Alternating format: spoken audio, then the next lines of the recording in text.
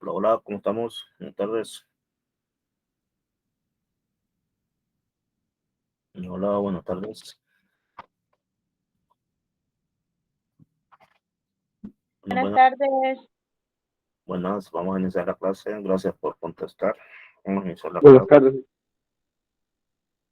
Buenas tardes.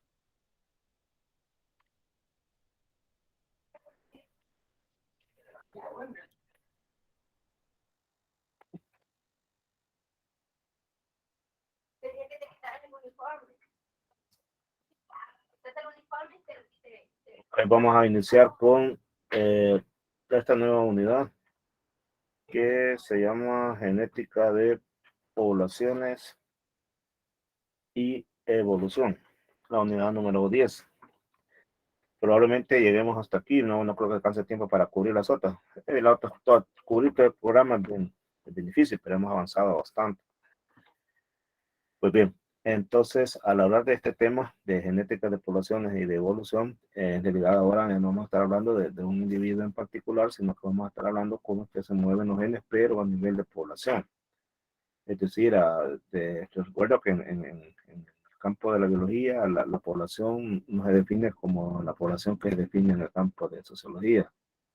Entonces, en el campo de la biología, la población puede ser una población de peces, una población de chicharras, una población de humanos, porque se trata de individuos de las mismas especies que viven en un lugar geográfico y que intercambian material genético. Ese es el concepto de biología propiamente. Ahora, en el nivel de sociología, población es en otro contexto. Pues bien, entonces, cuando vamos a hablar de genética de poblaciones y evolución, entonces nos vamos a estar refiriendo a cómo los genes se mueven en una población. Imaginémonos, por ejemplo, la población de todos los humanos en la ciudad de San Vicente. Entonces ahí hay diferentes tipos de genes. Algunos son más frecuentes que otros. Por ejemplo, es frecuente en los genes el color, por ejemplo, de café claro o de café ligeramente oscuro, el color de los ojos. Entonces esos genes, que esos alelos, hemos dicho, son bien frecuentes. Y sin embargo, son poco frecuentes los alelos de color de ojos celestes, verdes o azules. Entonces allí estamos viendo cuando estamos hablando de genética de población, nos referimos a esos casos, las poblaciones de genes, cómo se mueven esos alelos en una población de determinados individuos. Y también hablaremos cómo esto interviene en el proceso de evolución. Pues bien, entonces vamos a empezar por definir lo que es microevolución y pues genética de poblaciones. Cuando hablamos de microevolución, algunos también le llaman evolución en pequeña escala, y se refiere al cambio en la frecuencia de las variantes génicas o alelos. Variantes génicas es lo mismo que alelos. Entonces, ese cambio en la frecuencia, tanto de las variantes génicas como de los alelos, ¿cómo es que se dan ese cambio en una población a lo largo de varias generaciones? Eso es microevolución, nada más el cambio en la frecuencia de los alelos en una población a lo largo de varias generaciones. Ahora, si lo comparamos con el concepto de genética de poblaciones, resulta que este concepto se refiere, o es más bien dicho, el campo de la biología que estudia las frecuencias alélicas en las poblaciones y cómo cambian con el tiempo. Imaginémonos, por ejemplo, si por alguna circunstancia de las que veremos más adelante, que les sorprenderían a ustedes que dentro de 100 años, imagínate, estamos suponiendo que dentro de 100 años, en San Vicente, la población de San Vicente va a predominar los ojos de colores claros, verde, celeste. ¿Qué, ¿Qué es lo que tendría que pasar para que eso sucediera? Entonces, eso se refiere a la genética de poblaciones, cómo van cambiando, cómo van cambiando las frecuencias alérgicas en una población y cómo es que van cambiando con el correr del tiempo. Entonces, a eso se refiere a genética de poblaciones y ahí está el concepto de microevolución. Microevolución es ese cambio en las frecuencias de los alelos en una población a lo largo de varias generaciones, y la genética de poblaciones estudia las frecuencias alérgicas en las poblaciones y cómo cambian con el tiempo. Pero también existe el concepto de macroevolución. Entonces lo podemos comparar con el de microevolución. Cuando hablamos de macroevolución, macro es más grande, ¿verdad? Entonces dice que aquí hay cambios, pero que son bien grandes cambios que implican incluso la formación de nuevos grupos o especies. pero esto ocurre durante periodos de tiempo muy largos. Si te fijas, el concepto de microevolución es en tiempos más cortos. En cambio, la macroevolución es en tiempos más largos. Eso permite suponer a varios científicos que microevolución y la macroevolución en realidad, dicen ellos, es un mismo proceso, pero nada más que ocurre en tiempos diferentes. Entonces podríamos bien decir que la microevolución se va haciendo, sumando gradualmente, es decir, se da un pequeño cambio evolutivo, después otro cambio evolutivo, así, hasta que llega a mostrarse un gran cambio. Por eso aquí dice que la microevolución se suma gradualmente durante largos periodos de tiempo para producir los cambios macroevolutivos. Así es que algunos consideran que la microevolución es una cosa y que la macro es otra, pero otros consideran que es lo mismo, que nada más es cuestión de tiempo, nada más larga que la otra. Pues bien, entonces lo importante es que sí existe el término de microevolución y de macroevolución. Y hay en todo caso tres conceptos claves que son fundamentales para poder definir el concepto de microevolución. Y esos conceptos claves son poblaciones, alelos y también frecuencia alélica. Vamos a estudiar cada uno de nuestros casos y vamos a empezar con población. Veamos ahora más despacio qué significa población. Lo vamos a leer lo que dice acá.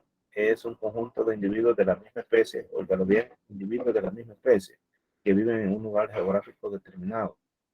Ellos desempeñan su nicho ecológico y que son capaces de reproducirse entre sí y comparten un pool génico común. Vamos a explicarlo. Imaginémonos, volvemos al punto de la ciudad de San Vicente. En la ciudad de San Vicente existe una gran cantidad de poblaciones de diferentes organismos. Existe, por ejemplo, una población de humanos, existe una población de gatos, una población de perros, una población de roedores, y así sucesivamente. Hay un montón de poblaciones, hasta poblaciones de árboles de mango habrán ahí. Entonces, todos viven en un lugar geográfico determinado y son capaces de reproducirse entre sí. Y además comparten pool génico común. ¿Qué es eso de pool génico? Pool génico es la riqueza de genes que posee cada organismo. Y en este caso, si dice que comparten pool génico, quiere decir que comparten varios genes. Entonces, cuando hablamos de población, no olvidemos que se trata de individuos de la misma especie. Por lo tanto, nosotros podemos hablar de poblaciones de roedores, de gatos, de perros, de humanos, etc. Cada uno de ellos comparte, son de la misma especie, que son capaces de intercambiarse material genético. Este es un concepto de definición de población para nosotros. Se parece bastante, pero hay una pequeña diferencia en esta otra definición. Aquí dice que es el conjunto de individuos de la misma especie que viven en una localidad geográfica determinada y que real o potencialmente son capaces de reproducirse entre sí y por lo tanto comparten un conjunto de genes. La diferencia entre este otro concepto es que aquí se dice que real o potencialmente son capaces de reproducirse y aquí dice que son capaces de reproducirse. Pero aquí te lo están planteando como que si en realidad sí lo pueden ser, pero en algunos casos no se llega a dar eso. Entonces por eso dice real o potencialmente son capaces de reproducirse entre sí. Esa es la diferencia entre un concepto y otro, pero ambos son válidos. Ahora, como estamos hablando para no perdernos, que existen tres conceptos claves que son fundamentales para la definición de la microevolución. Y hablamos del primero, que son las poblaciones. Ahora hablaremos de alelos y posteriormente hablaremos sobre la frecuencia alélica. Entonces, hablando de los alelos, ¿qué es un alelo? Un alelo, recuerden, es una alternativa de un gen. Por ejemplo, al volver al punto del color de los ojos, el color de los ojos puede tener varias alternativas. Puede ser café claro, café oscuro, puede ser verde, puede ser celeste, puede ser azul, puede ser gris, etc. Entonces, puede tener varias tonalidades y cada una de ellas están definidas por un alelo. Entonces, alelos son variantes de un mismo gen. Eso es un alelo. O como dice acá, es una versión de un gen. Y obviamente se hereda. Y vamos a poner el caso acá. Aquí hay dos alelos para el color de una flor. Hay unas flores moradas y hay flores blancas. Entonces tenemos un alelo dominante que es morado y un recesivo que es blanco. Entonces aquí tenemos dos alternativas del gen. El gen te da el color de las hojas. Tiene dos alternativas. Puede ser morado, puede ser blanco. Todos son los alelos, las alternativas. Bien, el otro término, el otro concepto que estamos definiendo aquí, que es fundamental para la definición de la microevolución, es la frecuencia alélica. Ya vimos que es una población, ya vimos que son alelos, ahora hablaremos sobre la frecuencia alélica. En cuanto a esto, podríamos decir que se refiere a qué tan a menudo aparece un alelo particular en una población. Por eso dice frecuencia, frecuencia alélica. O cada cuánto aparece o qué tan a menudo aparece. Y mencionamos este ejemplo.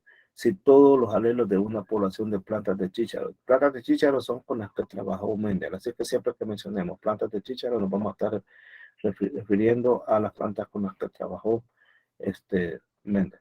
Entonces, si todos los alelos de una población de ese tipo de plantas son morados, representados con la W mayúscula, entonces la frecuencia alélica sería del 100%, lo que sería igual a 1. Miren, frecuencia alélica, que tan a menudo aparece. Pero si la mitad fueran morados y la otra mitad fueran blancos, es decir, W mayúscula es morado y W minúscula es blanco, entonces si ese fuera el caso, cada alelo tendría una frecuencia alélica del 50%, o sea, 0.5. Entonces, eso es la frecuencia alélica. Entonces, partiendo de estos tres conceptos con los que decíamos al principio, siempre quiero regresar a este diapositiva para que lo tengamos claro, que son fundamentales para que podamos definir la microevolución. Entonces, para poder definir la microevolución debemos de entender bien qué es población, qué son alelos y qué significa frecuencia alélica. Ahora, con esa entrada vamos a llegar a definir bien el tema que se refiere a las genéticas de poblaciones. Y esta rama de la biología o rama de la genética describe la distribución de los genes en las poblaciones, cómo están distribuidos los genes en las poblaciones y la manera en que la frecuencia de dichos genes y genotipos se mantiene o cambia, con el objetivo de dar explicaciones a fenómenos evolutivos. Entonces, quiere decir que la genética de poblaciones nos va a decir cómo se distribuyen los genes en una población y la manera como o la frecuencia en que dichos genes están manteniéndose o están cambiando. Y eso obviamente te va a dar explicación sobre fenómenos evolutivos. En otras palabras, la genética de poblaciones estudia la constitución genética de las poblaciones y cómo esta constitución genética cambia a través del tiempo. ¿Para qué sirve la genética de poblaciones? Primero, para comprender la base genética y la probabilidad de transmisión de enfermedades. Es decir, mediante la genética de poblaciones nosotros podemos comprender cómo algunas enfermedades se van pasando de generación en generación. Además, permite desarrollar programas de cría y conservación de especies amenazadas. ¿Cuáles son las especies amenazadas? Esas que ya están extinguiendo. Entonces, conociendo su genética, nosotros podemos desarrollar programas de cría y también de conservación. Además, nos permite dilucidar la historia evolutiva de una especie. Es decir, podemos agarrar una especie y podemos empezar a estudiarla para ver cómo eran sus antecesores, cómo han venido adaptándose hasta llegar a ser lo que hoy son. Por otra parte, mediante esta genética de poblaciones se aplican las leyes de Mendel y otros principios genéticos a poblaciones completas de individuos. Asimismo, se estudia y se explica el origen y la cantidad y distribución de la variedad genética presente en las poblaciones de organismos y también habla sobre la evolución en su sentido más básico. Ahora, ¿cuál es la estructura genética de las poblaciones? Bueno, para conocer la estructura genética de las poblaciones tenemos que estimar sus parámetros. Y estos parámetros, miren, cuando hablamos de parámetros de aquí que se pueden medir. Entonces, estos parámetros son las frecuencias fenotípicas.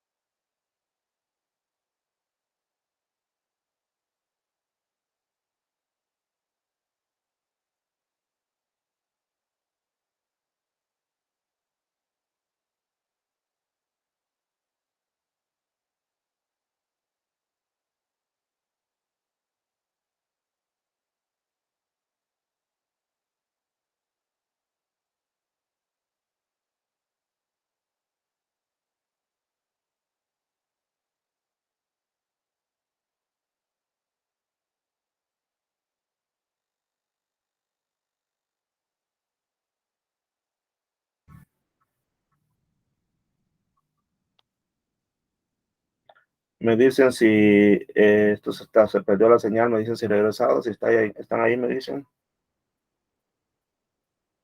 Hola, hola. Aquí estamos, Leo, aquí estamos. Sí, es que esto se salió la grabación, pero va, chivo, sigamos. Es que está lloviendo y eso está ya dando, cuando empieza a llover son serios problemas. Bien, entonces, pongamos otro ejemplo que es más fácil de entender.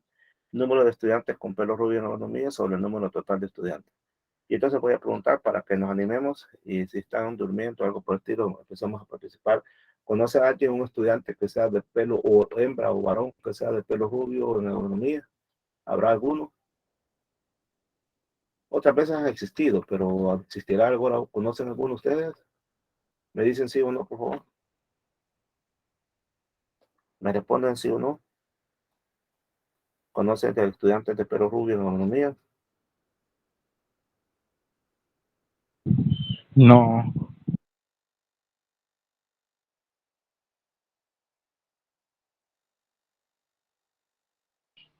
no, Lick, yo creo que no.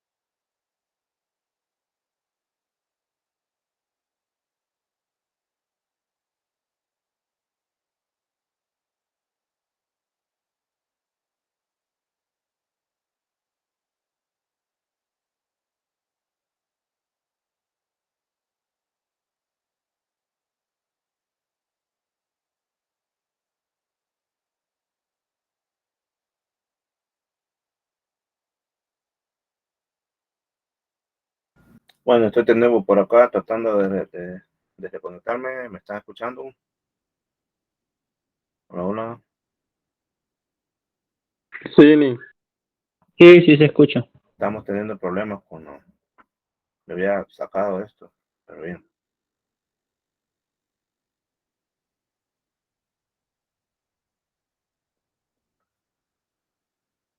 Ya está tronando aquí, ya va a llover fuerte. Pues les decía que sería para poner el ejemplo, si podíamos hacer este ejercicio que es bien sencillo. El número de estudiantes con pelo rubio en agronomía sobre el número total de estudiantes. Entonces, quiero saber si ustedes conocen de algún estudiante que tenga pelo rubio en agronomía. ¿Conocen de alguno? ¿Sí o no? Yo creo que no hay por el momento. No hay, ¿verdad? Sí, otra, Alarma, alarma. alarma es pelo rubio. Vaya, entonces digamos que alarma es pelo rubio. Entonces, sería uno. Entonces, ¿de dónde va? Pero sería uno. Uno entre, y hay como 200 estudiantes de agronomía, dividan uno entre 200. ¿Quién hace la operación ahí? Dividan uno entre 200. ¿A cuánto le da uno entre 200? 0.05. Entonces sería el resultado del 0.05. Entonces, la frecuencia fenotípica referida al número de estudiantes con pelo rubio en agronomía es de 0.05, así algo así, ¿verdad? Entonces, con ustedes sería bien baja. Eso es frecuencia fenotípica, es decir, al fenotipo, a lo que estamos viendo. Pero también existe el otro concepto que es frecuencia genotípica. En la frecuencia genotípica es el número de individuos de un determinado genotipo sobre el número total de individuos. Entonces, cuando hablamos de genotipo, nos estamos refiriendo a cuánto porcentaje, el porcentaje de individuos de cada genotipo que están presentes en la población. Por ejemplo, podríamos pensar en individuos que tienen, digamos, el genotipo para color de pelo castaño. Pero eso no lo vemos, no que es el genotipo. Probablemente algunos sí ya sepamos pelo castaño, que sabemos que anda allí el gen para pelo castaño, pero otros solo son portadores. Entonces, incluyendo a los que solo son portadores y que no se les nota el fenotipo, solamente no se les nota el fenotipo, pero hay otras que sí se les nota el fenotipo y estamos seguros que ahí está presente ese gen, pero en otros no. En todo caso, lo que hacemos ahí es calcular el número de individuos de un determinado genotipo sobre el número total de individuos. En este caso nos estamos refiriendo a genes propiamente, a la parte genotípica. Y para comprenderlo veamos este esquema. Acá tenemos nosotros 2, 4, 5, 6, 7, 8, 9, 10 ratas con estos círculos con colores rojos y con colores verdes. El color rojo se refiere al dominante A mayúscula. El color verde se refiere al recesivo, que lo vamos a presentar por A minúscula. Y obviamente el híbrido es con donde están los dos colores. Significa que va a estar mezclada una dominante con una recesivo. Entonces vamos a sacar la frecuencia genotípica de estos individuos. Y vamos a considerar la frecuencia de A dominante, que es homocigota, los datos pares de A mayúscula. Entonces lo que hacemos es el número de del par de A dominante lo dividimos sobre el número total de individuos. Entonces, si vemos que hay 5 individuos que tienen las dos A dominantes, que serían dos chibolitas rojas, aquí tenemos 1, 2, 3, 4 y 5. Y el número total de ratas es de 10, entonces dividimos 5 entre 10, te da 0.5. Igualmente podemos calcular el número total de individuos heterocigotos. Y solamente hay dos, solamente está este y está este otro. Entonces vamos a dividir 2 sobre 10. Ahora vamos a calcular el número con individuos homocigotos. Entonces aquí hay 1, 2, 3. Entonces vamos a dividir 3 entre 10 y eso te va a dar 0.3. Vamos a ver un ejercicio de aplicación.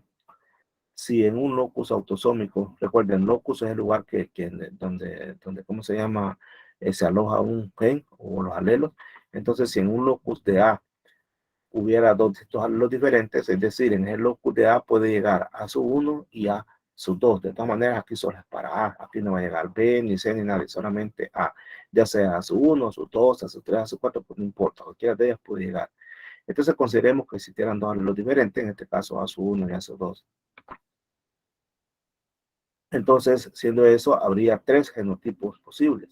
¿Por qué 3 genotipos posibles? Porque podría ser el genotipo, vamos a poner en alto esto,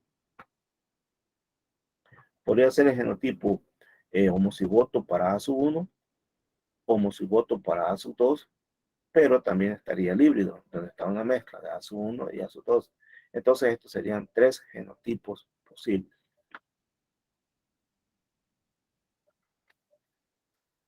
Ahora, consideremos que se encuentra que una cuarta parte de los individuos de la población son ANSU1.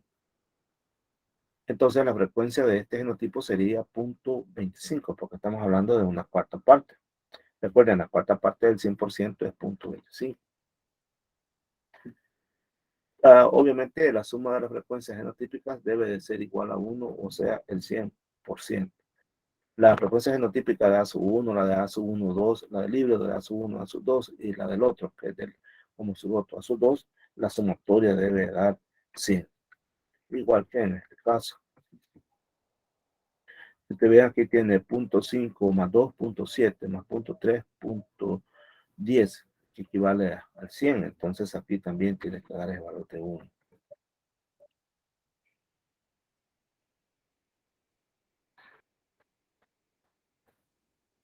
Ahora vamos a ver cómo se estiman las frecuencias genotípicas. Para ello vamos a suponer que analizamos un total de n individuos de una población y encontramos los siguientes datos, números. Y en esta tabla ponemos aquí genotipos, cómo está combinada al azar, el número de individuos y las frecuencias genotípicas. Entonces, para el primer cuadro tenemos que el número de individuos es N11, pero este N11 acá no es que existe un 11 como tal, sino que lo que está refiriendo a que está uniendo las dos unos que están acá. En este caso es N12 porque está uniendo el 1 y el 2, y en este caso es N22 porque está uniendo estos dos. Ahora las frecuencias genotípicas resultan de dividir N11 sobre N, N12 sobre N y N22 sobre N. Y al final te tiene que dar 1. Pues de aquí nosotros podemos sacar una ecuación que dice P más H más Q es igual a 1. Y en donde P se refiere a la frecuencia del homocigoto a su 1. H al híbrido de a su 1 y a su 2. Q a la frecuencia de los homocigotos a su 2. Entonces P más H más Q te van a tener que dar 1. Tratemos de entender esto mediante un ejemplo. Hay por ahí un ejemplo de una frecuencia genotípica de una población para un determinado locus autosómico. Y para ello vamos a considerar el sistema MN del grupo sanguíneo. Fíjense que así como existe el sistema AB, o también existe el sistema MN. Entonces, igualmente hay tres grupos sanguíneos. El grupo sanguíneo M, el N y también el MN.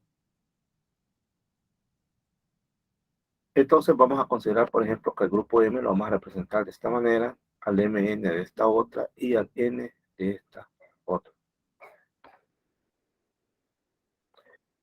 Y para comprenderlo vamos a retomar, mejor dicho, un ejemplo que encontré por ahí de una muestra de 730 individuos de una población de aborígenes de Australia. Entonces, en esos 730 individuos se encontró que 22 eran del grupo M, 236 del grupo MN y 492 del grupo N.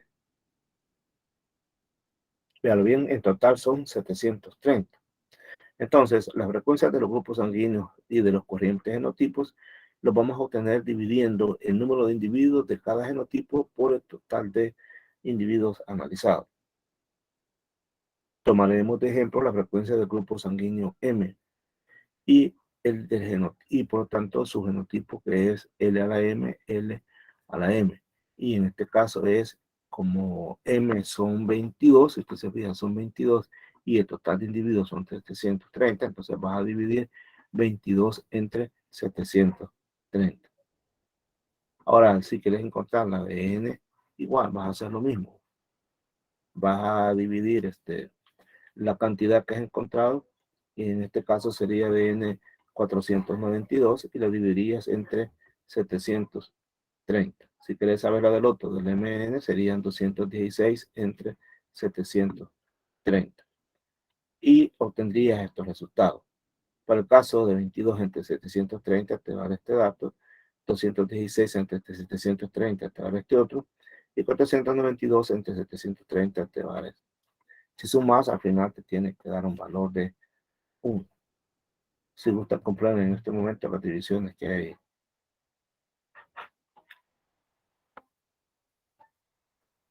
Recuérdense que tienen que dividir 22 entre 730, 216 entre 730 y 492 entre 730. Si al final esto le da 1, entonces ha hecho menos cálculo.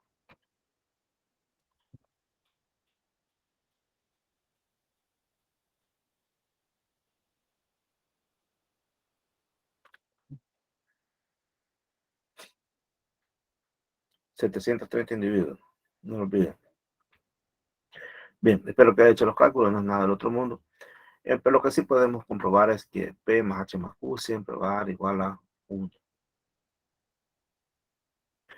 En una población, el sentido genético no solamente se va a referir a un grupo de individuos, sino que específicamente a un grupo reproductivo. Entonces, el análisis genético de una población no solo se va a centrar en determinar la constitución genética de los individuos, sino que también en analizar la transmisión de genes de una generación a la siguiente. O sea, cuando vamos a estudiar los genes en una población, nos interesa no solamente cómo está la constitución genética que tiene cada individuo y la población, sino que también cómo estos genes van pasando de una generación a otra. Hay que tomar en cuenta algo muy importante, que durante el proceso de transmisión hereditaria, los genotipos de los padres se rompen y forman un nuevo genotipo que se manifiesta en el hijo. Cuando dice que en el proceso de transmisión los genotipos de los padres se rompen, significa que la constitución genética que tiene el papá y la que tiene la mamá, cuando se unen, forman una nueva constitución genética en el individuo que se ha formado. No es idéntica a la del papá, no es idéntica a la de la mamá. Es el resultado de las uniones. Pero entonces surge una pregunta: ¿y por qué se parece tanto al papá o por qué se parece tanto a la mamá? ¿Significa que sacó todas las características solo del papá o solo de la mamá? No, lo que está pasando ahí es la dominancia de genes, que los genes del papá probablemente dominen sobre la mamá o viceversa. Pero sí, el individuo ha formado una nueva constitución genética. Los hijos ya son un nuevo genotipo, diferente al que es del padre y diferente al que es de la madre. Por supuesto, con la contribución de ambos. Eso es muy importante tomar en cuenta. En ese sentido, los genes contenidos en una población tienen continuidad de generación en generación. Son los mismos genes los que están jugando y van pasando de una generación a la otra. Pero las combinaciones genotípicas, esas cambian. Las combinaciones de genes, esas sí cambian. Los genes son los mismos. Imaginémonos que tenemos un montón ¿qué te dijera yo? De chibolitas. Tenemos unas 100 chibolitas. Pero si las queremos combinar, si cada vez que y las tenemos un pacto, un gran frasco, y cada vez que se forma una nueva generación, imagínate que las estás moviendo. Entonces ahí ya les cambiaste, las combinaciones ya cambiaron. Son las mismas chibolas, los mismos genes, pero cambian las combinaciones. ¿Por qué? Porque la constitución genética en el nuevo individuo que van a ser no es igual ni a la del padre ni a la de la madre. Imagínense, cuando usted tenga un hijo, o si ya lo tiene, no lo sé, pero imaginémonos que tiene un hijo. Usted va a dar su aporte genético y su pareja también va a dar su aporte genético. Y el niño o la niña que nazca va a ser el resultado del aporte suyo y del de su pareja. Entonces, obviamente, las combinaciones genotípicas en ese niño van a ser diferentes a las suyas. Por eso es que ¿cómo se llaman? Los genes se mantienen, lo que cambian son las combinaciones genéticas. Pues ahora, ya que hemos hablado de eso, ya es tiempo que entonces que hablemos de otro tema, que es la frecuencia génica. Pero para quedar bien claro, vamos a recordar qué significa frecuencia genotípica. Es lo que acabamos de estar viendo. Frecuencia genotípica se refiere a las proporciones o porcentajes de individuos de cada genotipo que están presentes en la población. A eso se refiere la frecuencia genotípica. Pero ¿qué será la frecuencia génica? Y si ven, entre paréntesis dice alélica, o sea, es lo mismo.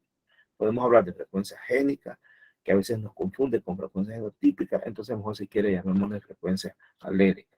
Recuerden, las alélicas las alelos son los alternativos de un gen. Se refiere a esta frecuencia génica a las proporciones de los diferentes alelos en cada locus presentes en la población. En otras palabras, frecuencia con que aparecen los genes en la población. Y ahí está la frecuencia genotípica para que recordemos que son las proporciones o porcentajes de individuos de cada genotipo que están presentes en la población. Aquí se refiere a individuos y aquí se refiere a alelos, a genes propiamente dicho. Entonces es una clara diferencia entre frecuencias genotípicas y frecuencias génicas, también conocidas como alélicas. ¿Cómo se estiman las frecuencias génicas? Las podemos estimar de la siguiente manera: conociendo el número de individuos de cada genotipo presente en un grupo de individuos. También a partir de las frecuencias genotípicas de esa población. Vamos a llevar el siguiente ejemplo, que estuvimos explicando el cuadro anteriormente. Ya vemos de que el número total de genes presentes en la muestra con el locus es de 2n. El número de alelos A1 presentes en esta muestra corresponde a 2n genes, que es lo mismo que decir a N11, 2N11 más N2. ¿Cómo se explica esto? 2N11 más N2. Bien, Resulta que los genes se encuentran en pares en los individuos y aquí está un par, pues lo representamos así. Pero en el caso de los híbridos de A1, aquí en este caso solamente hay uno. Esto es muy importante que lo vea. Aquí solamente hay uno. Y están 2A1, aquí solamente uno. Aquí hay 2A2, aquí solamente un A2. Y entonces por eso se explica esto. Por ejemplo, en el caso del A2, 2NGN es igual a 2N de 12 más un N2. Porque acuérdense que estamos hablando de genes. Entonces, las frecuencias génicas las podemos calcular directamente a partir de las frecuencias genotípicas, considerando que todos los alelos presentes en homocigotos son de un determinado tipo, mientras que solo la mitad de los alelos de los heterocigotos son de un determinado tipo. Entonces, podríamos decir que la frecuencia de un alelo es la frecuencia de individuos homocigotos para ese alelo, más la mitad de la frecuencia de los heterocigotos, siempre para ese alelo. Ejemplo. Supongamos que hay dos alelos, A1 y A2, y que clasificamos un total de 100 individuos y determinamos cuántos de ellos pertenecen a cada uno de los tres genotipos posibles y encontramos los siguientes resultados. Tres genotipos posibles porque acuérdense que pueden estar dos homocigotas A1, dos homocigotos A2 y puede estar un híbrido donde esté un A1 y un A2. Entonces le está pidiendo que determine cuántos de ellos pertenecen a cada uno de los tres genotipos posibles. Por ejemplo, este es un genotipo, este es otro y este es otro. Pongamos la atención a esto. Tenemos 30 individuos que son homocigotos a su 1, 60 que son híbridos y 10 que son recesivos a sus 2. Recuerden lo que nos dice acá, que las frecuencias génicas se pueden calcular directamente a partir de las frecuencias genotípicas y que la frecuencia de un alelo es la frecuencia de individuos homocigotos para este alelo más la mitad de la frecuencia de heterocigotos para este alelo. Entonces, partamos de este hecho entonces.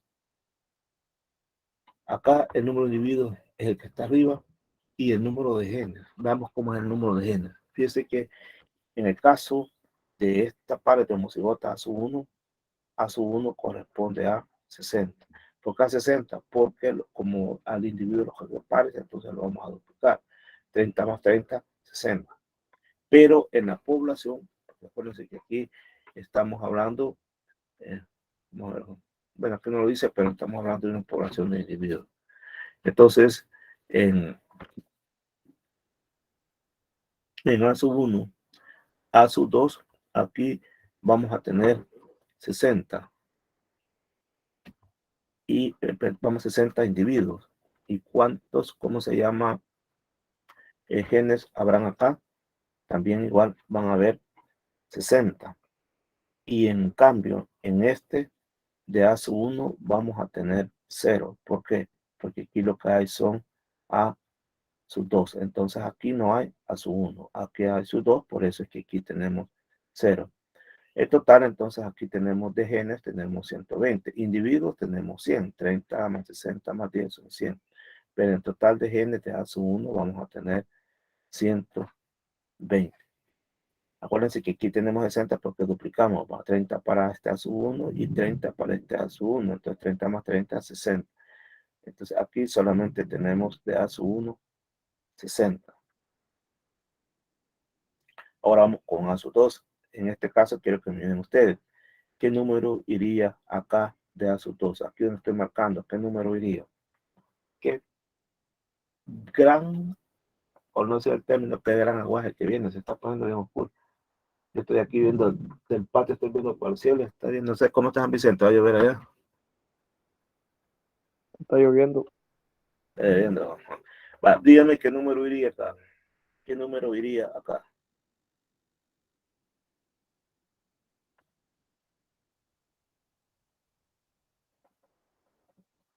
Cero. Él iría 0. ¿Y acá? ¿Qué número iría?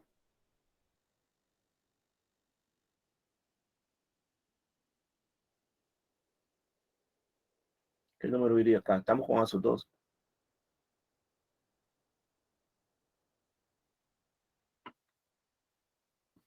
Iría el número 60. 60. ¿Y aquí qué número iría?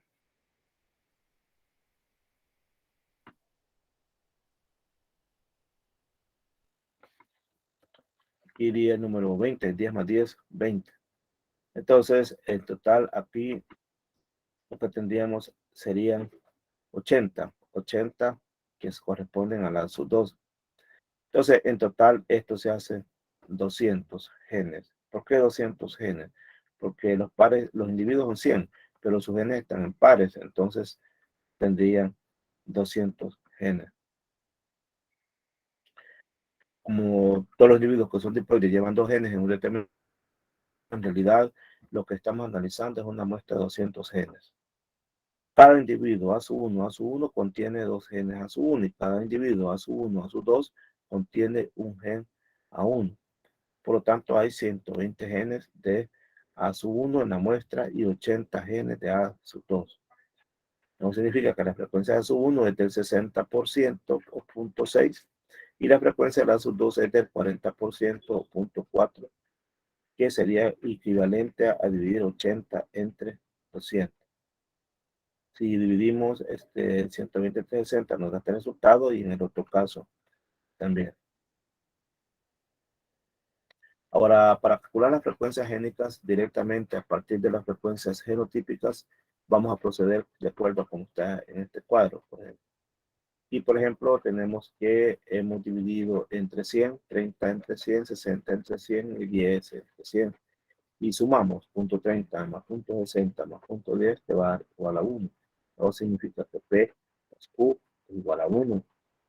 Entonces, la frecuencia del alelo A sub 1 es T más un medio de H, que sería punto 30, más un medio de punto 60, y eso nos da igual a punto 60. Y la frecuencia del alelo 2 es P igual a Q más un medio de H, que sería punto 10 más un medio de punto 60, que es igual a 40. Y entonces P más Q es punto 60, punto 40, eso es igual a 1. Ahora tomemos como ejemplo A sub 1, que sería es un alelo del locus A. Entonces, la frecuencia de alelos A sub 1 o la frecuencia génica de A sub 1 va a ser la proporción o el porcentaje de total de genes de este locus que pertenecen a la variante A sub 1. Entonces, la suma de las frecuencias génicas o alélicas para cualquier locus va a tener que ser 1, o sea, el 100%. Y aquí lo estamos viendo con cómo lo podemos también determinar. Fíjese bien de que aquí nosotros lo podemos hacer basándonos en el cuadro, en la figura que vimos anteriormente, que era la de las frecuencias genotípicas, podemos determinar las frecuencias génicas. Si nosotros operamos acá, vamos a encontrar que nos da un valor de ¿cómo se llama? De este valor que está acá, que no alcanza a ver, un valor de 0.6 si hacemos esta operación. Pero también la podemos hacer de esta otra forma. Si la hacemos de esta operación, de esta manera, tendríamos que saber que multiplicamos, por ejemplo, 2 por 5, que sería igual a 10, más 2 entre el número total, que es 20, entonces eso nos va a dar el 0.6. Igual, pero lo podemos hacer de esta manera. Y tomamos los datos de este cuadrito anterior y vemos que la frecuencia del par de A homocigotos es de 0.5. Entonces aquí diríamos 0.5 más un medio de la frecuencia de los híbridos. La frecuencia de los híbridos es 0.2, entonces un medio es la mitad. Entonces sería 0.5 más 0.1, eso va a ser igual a 0.6. Y lo mismo haríamos para el otro caso. Si lo queremos hacer directamente con base a este cuadro, la frecuencia de A va a ser 6, en este caso, y más 2, ¿verdad? Entre 20, entonces te va a dar igual a 0.6. Y de esta manera también lo podríamos hacer, diciendo que la frecuencia de A es 0.3 y un medio de la frecuencia de A, que sería 1. Entonces sería 0.3 más 0.1 sería igual a 0.4. Así que de esta manera es como también podemos nosotros encontrar las frecuencias génicas.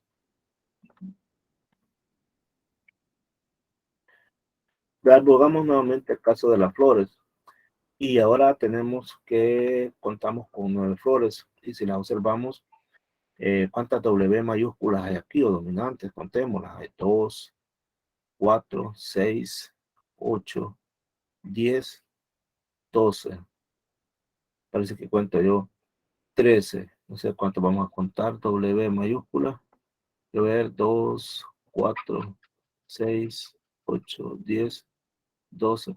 Sí, 13. Y de las otras hay recesivas, hay 2, 4, 5, 5. Veamos qué nos dan esos resultados. Primero hablemos sobre la frecuencia genotípica. La frecuencia genotípica son los colores que estamos viendo, que serían 2, 4, 6, 7. 6 aparecen aquí, va. 2, 4, 6, 3, 6, 9, se han equivocado acá. 1, 2, 3, 4, 5, 6, más en 7. Ah, esta es la frecuencia fenotípica. Sí, la frecuencia genotípica es esta. Serían 7 morados sobre el total de la población, que serían 9, 7 entre 9,78. Ahora la frecuencia genotípica de blanco serían 2 blancos sobre 9. Eso sería 0,22. Pero si queremos hablar de la frecuencia genotípica, entonces podemos hablar cuánta es la frecuencia de homocigotos de W mayúscula o dominante. Serían 1, 2, 3, 4, 5, 6. Serían 6. Número total de flores, 9. Pero ¿cuál es la frecuencia de híbridos? ¿Cuántos híbridos hay acá? Aquí está 1, solamente hay 1. 1 sobre 9. Entonces igual a 0,11. ¿Y cuál es la frecuencia genotípica de los recesivos? Serían 2, 4, y este que está acá, 5. Entonces, no, perdón, las frecuencias genotípicas, ya siempre me estoy confundiendo con esto. Las frecuencias genotípicas serían este par que está aquí con este par que está aquí, serían 2 sobre 9. Entonces sería el 0,22. Tenemos hasta este momento obtenido las frecuencias fenotípicas y aquí están los resultados. Para morado 0,78, para blanco 0,22 y las frecuencias genotípicas para dominantes de W 0,67, para híbridos 0,11 y para recesivos 0,22. Ahora calculemos la frecuencia alélica. Para la frecuencia alélica, por ejemplo, la de W, ¿cuántos genes W hay? Entonces, W mayúscula. Hay 2, 3, 4, 5, 6, 7, 8, 9, 10, 11, 12, 13. 13, pero ya no vamos a dividir son 9, sino que sobre 18. ¿Por qué 18? Porque son 9 flores y los genes están en pares de individuos, entonces serían 18. Por eso que estamos dividiendo 13 entre 18. Ahora la frecuencia de los recesivos. Aquí tenemos un recesivo, 1, 3, 5. Son 5 en total. 5 entre 18. ¿Entienden de dónde sale el 18? El 18 sale porque tenemos 9 flores. Entonces significa que los genes están en pares, 9 por 2, 18. Pero ahora supongamos que vamos a regresar a una generación después. Es decir, dejamos que estas flores den semillas, sembramos las semillas y obtenemos nuevas flores. Y entonces veamos cuáles son los genotipos de esas nuevas flores. Esta es la generación original. Pero en la generación que viene, de aquí vieron semillas, las sembramos y nacieron nuevas flores. Ahora acá, ¿qué pasó? Aquí la frecuencia cambió. Cambió porque ahora tenemos menos flores moradas y tenemos más flores blancas. Y entonces, aquí nosotros vemos que las frecuencias han cambiado. Y si han cambiado, significa que la población ha evolucionado. Entonces, cuando hablemos de evolución, no esperemos que evolución solamente se refiere a esos grandes cambios. Por ejemplo, que de un dinosaurio empezaron a salir, bueno, dinosaurios desaparecieron, sino que de un, por ejemplo, de un individuo parecido a un mono salió un individuo que es el hombre actualmente. Eso no fue así, ¿verdad? La evolución va bien despacio, por eso tarda miles miles de años, muchas veces millones de años. Y este es un paso evolutivo. Este sería un caso de microevolución, ni la notamos siquiera. Y sin embargo ya está evolucionando. Son cambios que van evolucionando, van haciendo cambios, hasta que con el correr de unos 10.000 años, 50.000 años, 100.000 años, 1.000.000 de años, estas flores probablemente ya sean totalmente diferentes a como las conocemos. Entonces la evolución es despacio, muy despacio. Por eso hablamos de microevolución y macro. Disculpe, entonces, lo de la evolución, en algún futuro, la evolución, en la humanidad, a medida vaya en el trayecto del avance, habrán partes de nuestro cuerpo o ciertos segmentos de que van a cambiar, ¿verdad? Por la constante evolución que usted dice que toma tiempo. Dice que qué interesante lo que usted acaba de decir. Ojalá que los humanos podamos dejar que las nuevas generaciones evolucionen. Porque digo eso, porque imagínense que un par de locos por ahí de los que tienen las armas que destruyen el mundo, aprieten el botón, hasta ahí vamos a llegar, ya no vamos a poder seguir y nos vamos a pasear en todos los seres vivos que hay. Va a haber nuevos habitantes sobre la Tierra, pero quién sabe, a lo mejor algunos tipos de bacterias y va a tocar volver a evolucionar la Tierra después que quede destruida después de una guerra nuclear. Ojalá que estos locos nunca aprieten los botones los que tienen las armas nucleares, pero supongamos que eso sea así. Yo lo veo difícil. Yo más creo que algún día lo van a hacer, pero supongamos que no. Supongamos que el hombre va a lograr vivir en paz y no se va a matar a sí mismo y vamos a vivir mucho tiempo. Y después de 300.000 años, desde allá del cielo vamos a estar viendo qué está pasando en la tierra. Y sí, lo que usted dice es cierto. Y le voy a poner un ejemplo cómo nosotros hemos venido cambiando para que vean cómo es la evolución. Dice que no sé si a ustedes ya les salieron las muelas cordiales, o sea, las muelas del juicio. Y si no las han salido, espérense, ya van a ver cómo duele que salgan esas muelas. Molestan. Y no sirven para nada, eso es lo más grave. Te salen esas muelas y no te son útiles para nada. Hay algunos que ya no le salen. O hay algunos que solo le sale una, que solo le salen dos, que solo le salen tres. Y hay otros que bien jóvenes le salen. Pero, y son bien grandes. Bueno, les voy a explicar. Ese es el caso, las muelas. Veamos otro caso, el apéndice. Probablemente ustedes han oído hablar sobre el apéndice y que es una bolsita que está por ahí por el intestino y que al final tampoco sirve para nada. Sirve nada más para que te dé una infección y que te dé una apendicitis y no la han jugada y lo tienen que operar a uno rápido de eso. Pero entonces, ¿por qué tenemos esas muelas del juicio que no sirven para nada? Así le llaman a las muelas cordiales. ¿Y para qué tenemos apéndice? Bueno, lo que pasa es que nuestros antepasados, para ellos sí les fue muy útil. Porque nuestros antepasados no conocían el fuego. Más bien sí lo conocían cuando miraban incendios. Ahí un trueno y generaba un incendio, pero no conocían la utilidad del fuego. Es decir, ellos no cocinaban sus alimentos. Agarraban un venado, se lo comían así crudo, como se lo comen los tigres y otros carnívoros. Pero para eso tenían que tener un sistema digestivo adaptado a eso, y el sistema digestivo comenzaba desde la boca, con las muelas. Tenían que tener muelas extras. Incluso nuestros colmillos en nuestros antepasados eran más filosos y más grandes, y ahora ya no es el caso. Entonces resulta que nosotros todavía tenemos vestigios de nuestros antepasados que ahí vamos teniendo.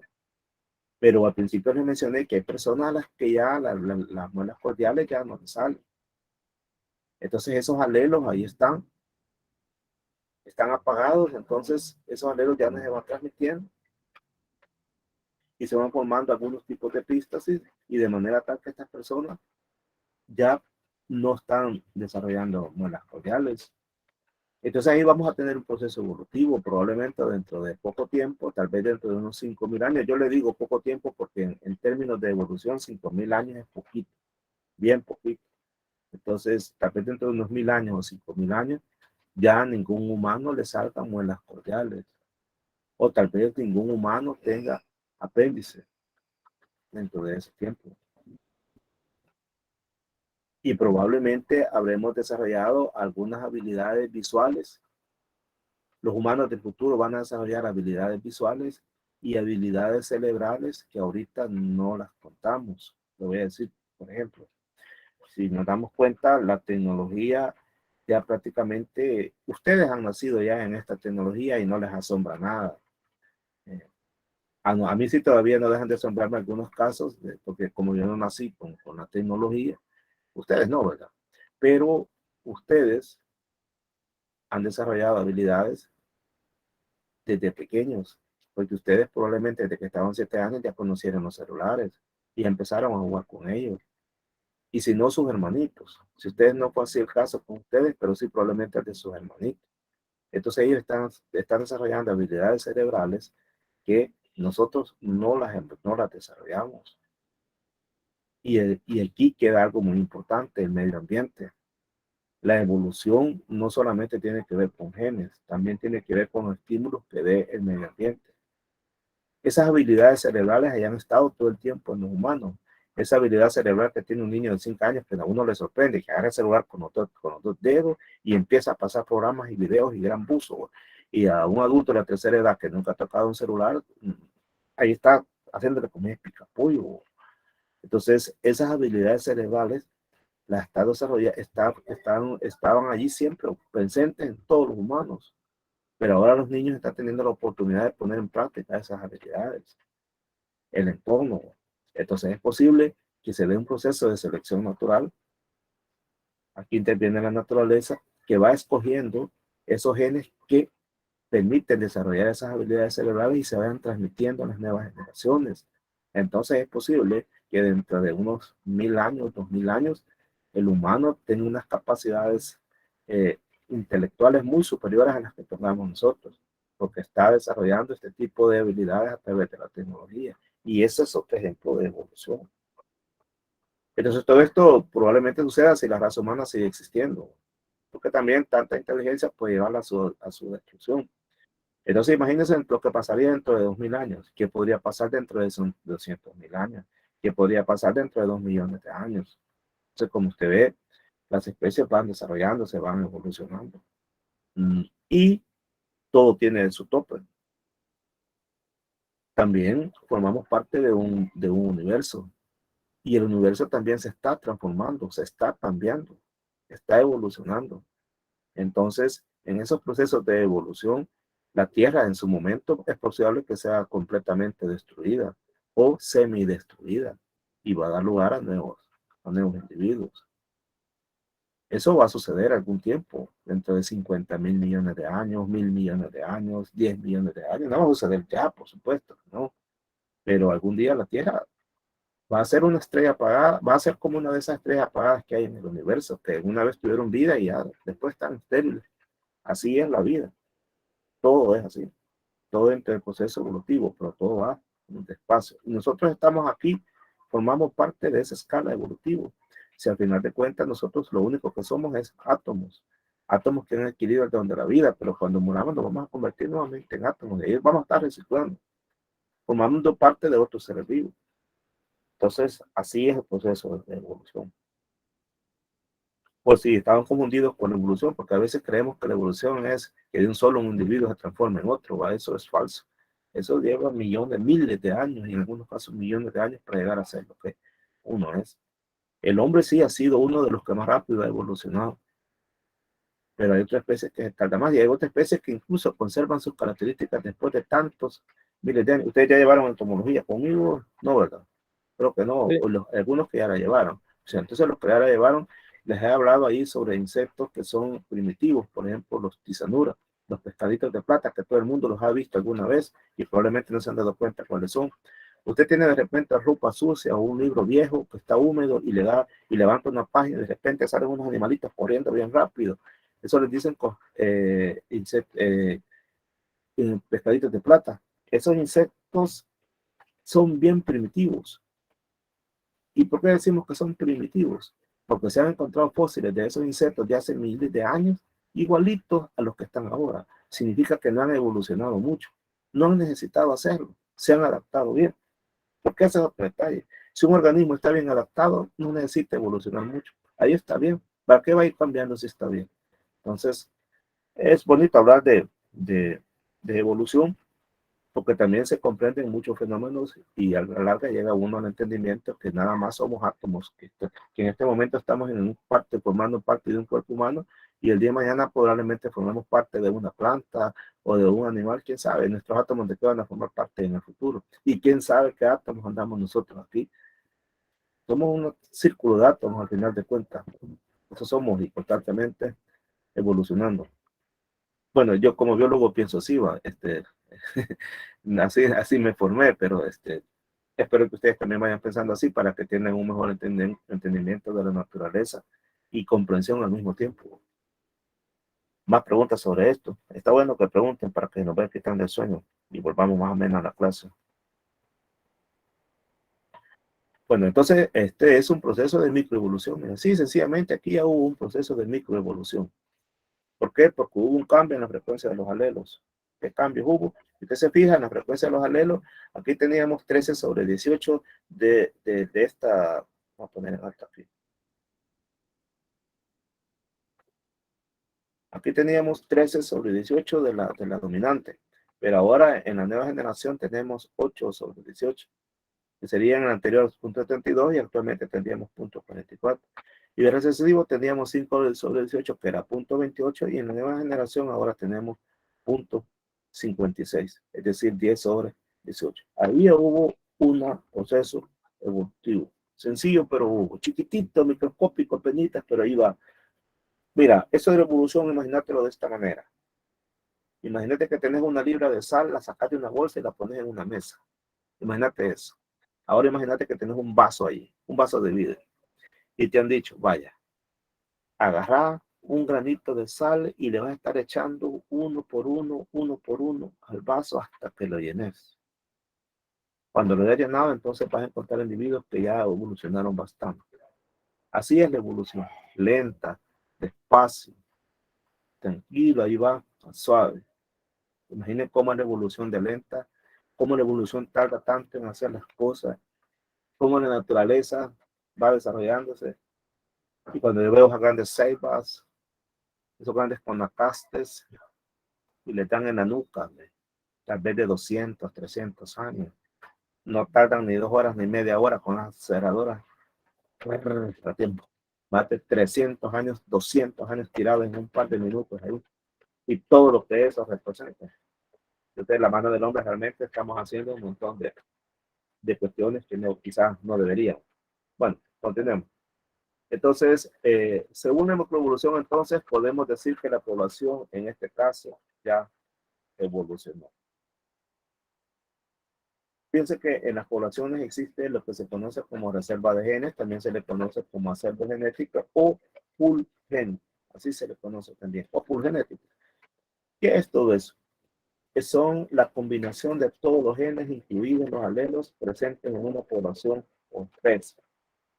Pues vamos al punto de la gente que vive en San Vicente, todos los humanos que viven en San Vicente, en Santa Clara, en La Paz de Teque, en San Cayetano, en Tecualuca, bueno, cualquier pueblo de aquí de la región para central. Imaginemos cuántos genes, a cuál será el pool génico, por ejemplo, de Tecualuca, cuál será el pool génico para, digamos, para el color de la piel en Tecualuca, o para el color del pelo en San Cayetano, en Teque. En todos los alelos que hay ahí, ese sería el pool génico. Más de que todos esos genes los pudiéramos sacar y los metiéramos en unas bolsas, dijéramos, aquí están todos los genes que representan, todos los alelos que representan todos los diferentes colores de ojos para los individuos que viven, digamos, en Guadalupe o en Verapaz. Ese sería el pool génico. Entonces, al examinar todas las copias de todos los genes en una población, entonces podemos ver de manera global cuánta variación genética encontramos en la población. Si hay o no hay variación, si es poca, si es mucha, etc.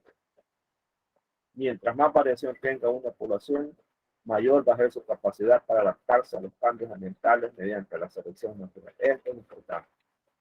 Más variación, más capacidad para adaptarse a los cambios ambientales mediante la selección natural. ¿Por qué razón? Porque al haber más variación, probablemente ahí hayan genes resistentes frente a pandemias, como por ejemplo con la del COVID. Si usted se fija con el COVID, a la mayoría de gente no le dio, y no le dio probablemente porque la mayoría de gente ya tenía genes que le proporcionaban resistencia frente ese virus. Pero ¿qué tal si hubiéramos estado en una población donde hubieran existido solo personas que hubiesen sido susceptibles a ese gen? Casi todos hubieran muerto. Entonces, al haber más variación, hay mayor capacidad para adaptarse a los cambios ambientales mediante la selección natural. Una pregunta, ¿me están escuchando bien? Porque aquí empezó a llover. ¿Me están escuchando bien? Distorsionado, Leo. Va, pero voy a seguir intentando. Ya voy a terminar esta clase. Parte de diapositiva. Si hay más variación, entonces tenemos más probabilidades de que algunos de los alelos ya existentes le permitan a los organismos sobrevivir, lo que les acabo de decir, y también reproducir. No solo sobrevivir, no que reproducirse. Y al decir reproducirse, que tienen la posibilidad de dejar a sus hijos, de dejar a las nuevas generaciones, de dejar a sus genes. Por eso es que básicamente la naturaleza nos ha adoptado a todos de orden sexual. Porque la naturaleza lo que quiere es que nosotros dejemos nuevas generaciones, que dejemos nuestros genes en tierra para que exista más variabilidad. Bueno, llegamos aquí a la primera presentación. Son 2 las clases para este día. Me gustaría darlas porque vamos ya finalizando el ciclo y es importante que lo usemos ya en terminar. Esta clase es más corta. Yo espero que me sigan escuchando bien. Ahora que sea, le voy a dar algo tranquilito para algo rapidito para que no me está teniendo el problema el agua. Ahora vamos a hablar sobre la ley de Harvey y Weinberg. Esta ley, hay 2 apellidos de 2 científicos, uno de apellido Harvey y otro apellido Weinberg, que nos dieron esta ley que es de mucha utilidad. Esta ley lo que establece es lo siguiente, que la frecuencia de un alelo y las frecuencias genotípicas de una población, recuerden, no es lo mismo alelo que frecuencias genotípicas. Cuando hablamos de alelos, son las alternativas de un gen. Vuelvo a poner el de los ojos porque es más fácil identificar. Por ejemplo, hay colores de ojos celestes, café, verdes, café claro, café oscuro, etc. Entonces, hay diferentes alternativas. Esos son los alelos. Pero cuando hablamos de frecuencias genotípicas, o cuando hablamos, mejor dicho, de genotipo, es cómo están combinados esos genes. Por ejemplo, si alguien tiene ojos celestes, probablemente, entonces ahí están 2 genes nada más que dan ese color celeste. Pero si alguien es ojos claros, allí están 2 genes que dan ese color para ojos claros. Si alguien es ojos verdes, también están nada más 2 genes que dan para ese color verde. Pero las alternativas pueden ser muchas. Entonces esas alternativas son los alelos. Y cuando hablamos de genotipo es que el individuo nada más de esas alternativas solamente tiene 2. Entonces ese es el genotipo. Entonces dice esta ley que esos alelos y esas frecuencias tienden a permanecer iguales por generación. Pasa una generación, pasa la otra y se mantienen iguales esas frecuencias. Pero si esas frecuencias cambian, entonces hay evolución. Por ejemplo, lo vimos con el caso de las flores moradas en la planta. Hubo un cambio en la frecuencia. De repente había más moradas y de repente hubieron menos moradas, entonces hubo un cambio en la frecuencia. Entonces allí hubo evolución.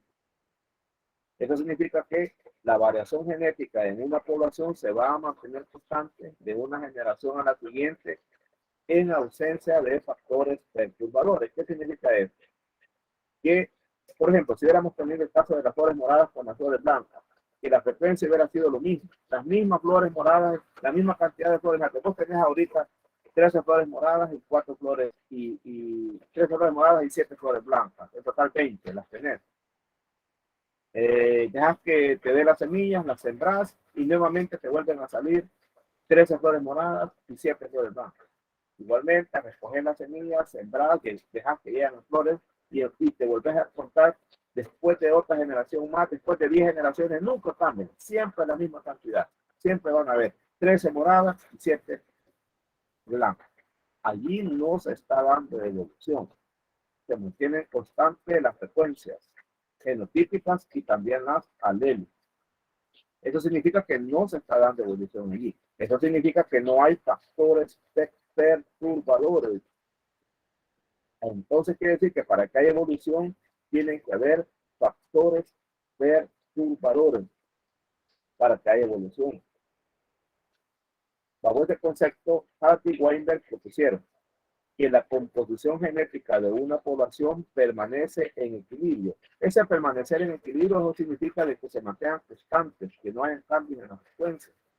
Se van a mantener en equilibrio siempre que no actúe la selección natural, ni ningún otro factor y tampoco se produzca mutación. Allí se van a mantener en equilibrio. Por eso esta clase se llama ley de Hardy y Weinberg, la ley del equilibrio de Hardy y Weinberg. Ellos establecieron que una población va a mantener en equilibrio sus genes si no hay evolución. Y establecieron que para que haya evolución tiene que haber perturbación. Y esa perturbación tiene que ser porque actúa la selección natural u otro tipo de factores que ya lo veremos, o porque también se puedan dar mutaciones. La LHW significa ley de Hardy-Weinberg del equilibrio genético, así se llama, nos va a dar a nosotros un modelo matemático para el estudio de los cambios evolutivos en la frecuencia alélica dentro de una población. Es decir, nos da un modelo matemático para saber si hay cambios o no hay cambios, si hay evolución o si no hay evolución. Y ese modelo matemático es este. P a la 2 más 2PQ más Q a la 2 es igual a 1. Es una ecuación bien sencilla, ya veremos de dónde la sacó este señor. Y la sacó de acá. ¿Se acuerdan la cuadrícula de Punnett? Entonces veamos esta cuadrícula de Punnett más de cerca. Y pensemos que aquí ponemos un heterocigoto A1, A2. Y lo ponemos aquí también, un A1, A2, y pensemos que lo vamos a cruzar. Que estos van a ser los óvulos y que estos van a ser los polen. Una planta, o podría ser un espermatozoide también en un animal. ¿No? Y entonces a esta le vamos a llamar, A1 le vamos a llamar P, y A2 le vamos a llamar Q, igual que acá. A1 P y A2 Q. Y los vamos a cruzar. Entonces, A1 te va a quedar acá. Pero aquí dice P y aquí dice P. Entonces hay 2P. Entonces lo vamos a elevar al cuadrado. Como hay 2P, lo vamos a elevar al cuadrado. Ahora, vamos a unir esta P con esta Q. Entonces vamos a poner, esta A1 la vamos a unir con esta A2. Entonces vamos a decir A1, A2. Y como aquí es P, lo vamos a poner acá. Y como aquí es Q, lo vamos a poner acá. Entonces aquí va a decir PQ. Ahora vamos a continuar acá. Vamos a unir A2 con A1. Entonces lo vamos a poner acá. Y como aquí es Q, lo vamos a poner acá. Y como aquí es P, lo vamos a poner acá. QP, que es lo mismo, ¿va? PQ o QP. Propiedad conmutativa, ¿va? Es lo mismo. El orden no altera. PQ o QP es lo mismo. Pero ahora vamos con este. Vamos a unir A2 con A2, A2, A2. Y como aquí hay una Q y aquí hay otra Q, entonces vamos a poner Q al cuadrado.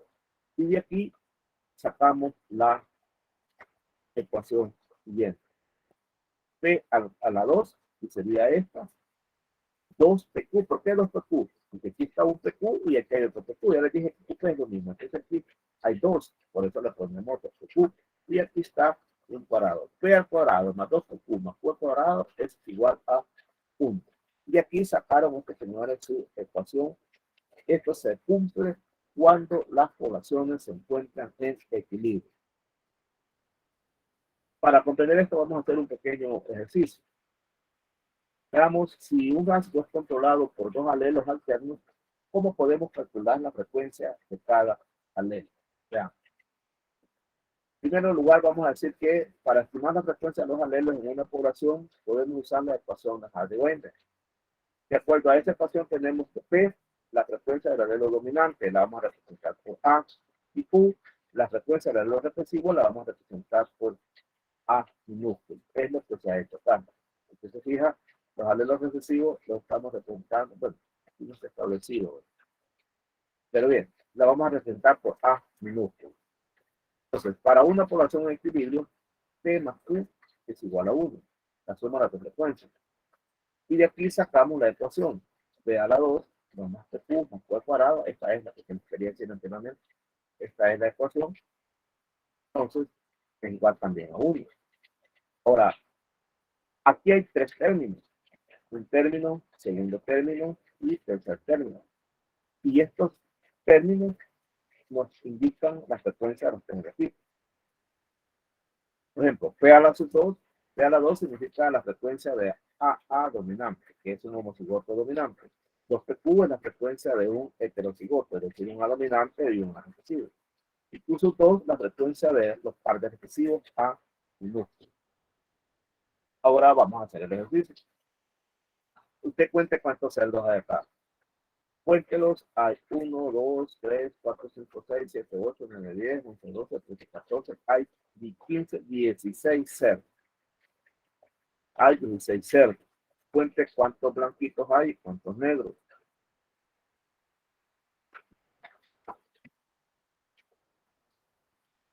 Bien, vamos a ver nosotros, vamos a estudiar cómo es la composición genética de estos cerditos.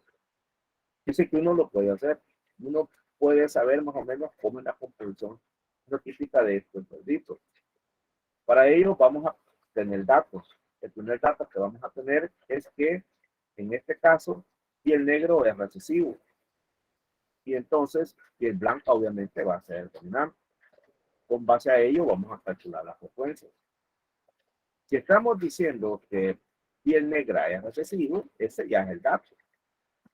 Significa que aquí, ¿qué letras irían en estos negritos? ¿Cómo irían ahí las letras en los negritos? Y si estamos hablando que vamos a representar con la letra A minúscula recesivo y con A mayúscula el dominante, ¿qué letras llevaría cada cerdito de estos negritos? ¿Quién me dice? A minúscula. A minúscula. Ah, perfecto.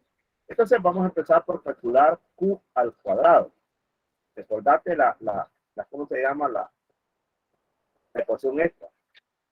Vamos a empezar por aquí porque se nos hace más fácil.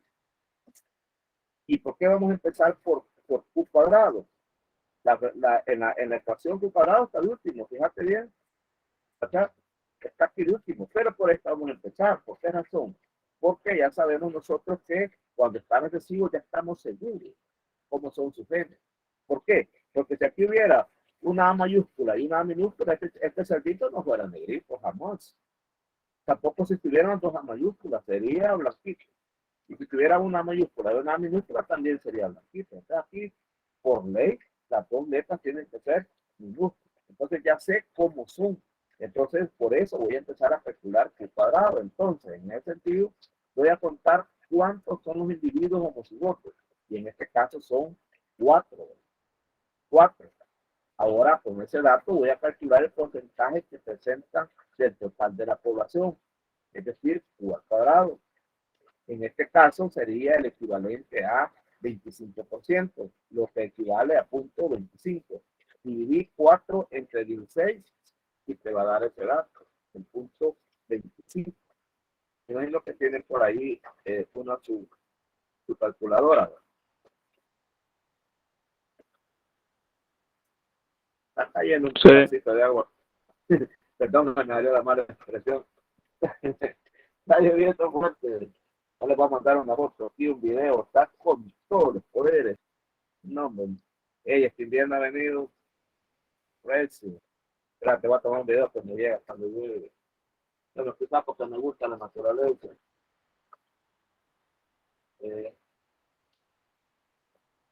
Y aquí estoy agarrando bien chido. Entonces, aquí va. Era para distraerme. Entonces, sí, ya les digo ese dato. ¿Va? ¿Comprenden por qué les digo 25%, punto 25? Porque han dividido 4 entre 16. ¿Por qué empezamos con los negritos? Porque son los recesivos. Y con los recesivos ya sabemos cuántos genes tiene cada uno. Bien, ahora vamos a encontrar Q. Y para encontrar Q, simplemente le sacamos ¿cómo se llama? La raíz cuadrada a eso. Sáquenle la raíz cuadrada a 0.25. ¿Cuánto es la raíz cuadrada? Bueno, ahí tiene el dato, pero hágalo usted en la calculadora. Si usted le saca la raíz cuadrada a 0.25, entonces está sacando el valor de Q y equivale a 0.5. Entonces ya tiene el valor de Q. Ahora necesitamos encontrar el valor de P. Para ello, recordemos esto. Recordemos esto. ¿Dónde lo tenía? Bueno, no sé por dónde. Bueno, tanta número, tanta ecuación que no sé dónde lo había escrito. Pero, en todo caso, recordemos, aquí está. Recordemos que P más Q es igual a 1. como voy a encontrar P, ya tengo Q, que es igual a 0.5. Y como sé que P más Q es igual a 0.1 y lo que quiero es encontrar P, entonces simplemente paso Q para acá, aquí está con signo positivo, aquí va a pasar con signo negativo. Entonces P va a ser igual a 1 menos Q. Entonces P va a ser igual a 1 menos 0.5, porque 0.5 es Q.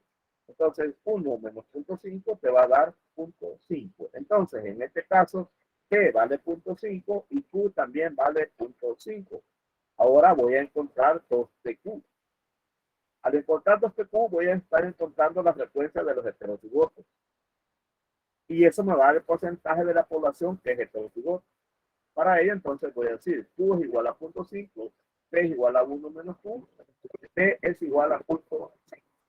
Al hacer esta operación me va a dar 0.5. Y entonces yo voy a decir que el 50% de la población es heterocigoto. Ahora bien, entonces yo puedo decir acá, mire, de esta población, el 25% son recesivos, el 50% son heterocigotos y el otro 25% son homocigotos dominantes puros. Ahora, si le dicen, pero ¿y cuáles son? ¿Cuáles son los heterocigotos y cuáles son los puros? Para ello tendríamos que hacer cruces de prueba. Este fue un tema que lo vimos anteriormente. En continuando con la clase, vamos a decir si una pregunta. Una población que no evoluciona cumple con la ley de Hardy-Weinberg. ¿Quién me contesta esto? Una población que no evoluciona cumple con la ley de Hardy-Weinberg.